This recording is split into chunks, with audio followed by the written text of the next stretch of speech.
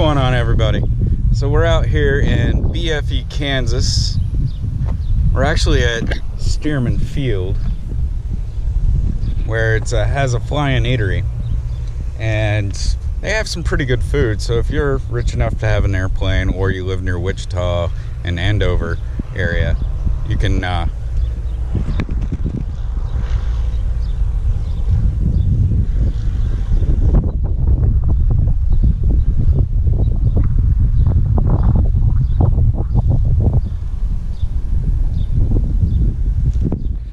but if you're in Wichita or Andover area, you can, drive out here and eat here. They have some really good food. I really prefer the buffalo mac and cheese that they have.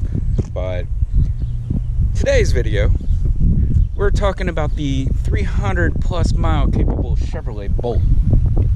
And when I say that, I do mean it is really 300 plus mile capable.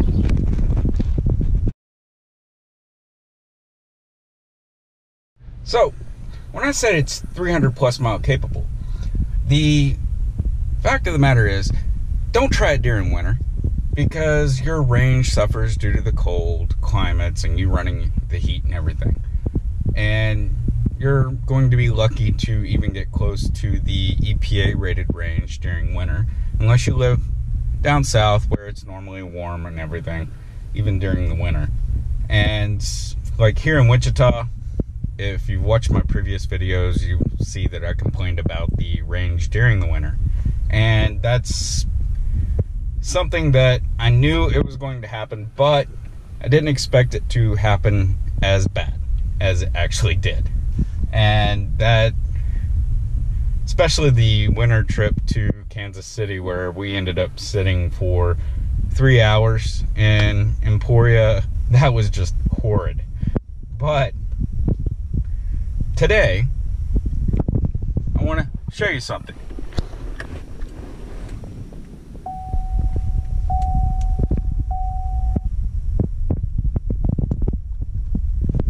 I have gone 304.1 miles on 56.3 kilowatt hours. Now, the purists that are out there are going to question me on if I did this all on a single charge. And in reality, no, I didn't. I got down to about a quarter of a battery, and I started slowly charging it up over several days, because I have a level 1 charger at the house and get about 8 hours on it. Slowly charged it back up. I haven't maxed out the charge again, and the purists are going to tell me that I'm wrong for doing it this way. But I really don't care, because I still utilized less than what the battery pack is truly rated at to get to 300 miles. I was getting an average of 5.4 miles per kilowatt hour. And because I used less than what was actually in the battery pack, including with air conditioning running every now and then, and battery conditioning due to the heat outside while it was charging, car on a full charge will make it 304.1 miles with my driving and in my town. Now, that was predominantly running around town, a little bit on the freeway in town, but predominantly driving around town, stop and go traffic and everything. You're not going to see that type of range from a vehicle like this on the freeway. Now, I did get 4.1 miles to the kilowatt hour and on my way back from OKC, but even at that still works out to 228 miles, roughly. Comes out to 233.7 miles at 4.1 miles per kilowatt hour. And at freeway speeds, that's amazing. I mean, I was doing 65 the entire way. And no, 70. I was doing 70 on the way back instead of 75. And I'm going to go with, because of the way the wind was going and the terrain, that 70 miles an hour coupled with all that equated to me getting 4.1 versus I believe we were getting like 3.6, 3.7 on the way down, doing 75 on the way down.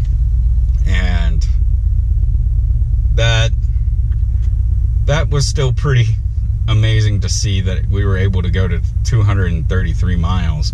We only did 180, and I'm still amazed by this car during warm weather. When the cold weather hits, I really want to drive my old ICE vehicles because heat is a byproduct, and the range for me doesn't suffer that much because I don't warm up the vehicle like other people do. They don't remote start it and let it sit and warm up.